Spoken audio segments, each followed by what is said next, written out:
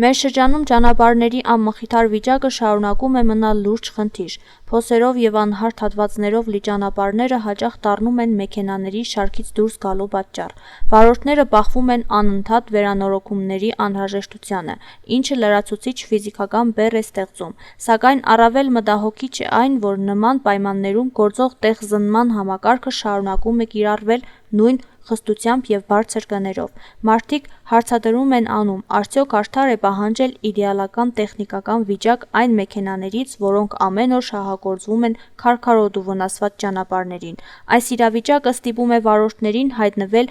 երկակի ճնշման տակ՝ մի կողմից վատ ճանապարհներ, մյուս կողմից թանկ եւ պարտադիր տեղզննում։ Էզոն փոսը բանա։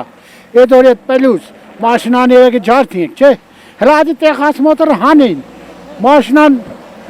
առաջիկը տանից կանցնեց 50 չանցարոնա, չէ, 50 լարի, չեմ տանել, մաշինան ջարդել, անի եկամիսը ես դուրս չեմ ելել։ Երկրորդ անգամը 150 լարի, երրորդ անգամը 350, չորրորդը 500, հետև ենտուն չդեմ, ես ինչ կենին, ես շորտին ինչ պտյալի հալը։ Նարուշան կենեսոն, էդ անցեն հետ սաղ թանգծուցին, հիմ ես մարդիկի ինչ ենին, հենար չէ գա, ինչ որ կա ժողովրդին ճետին է։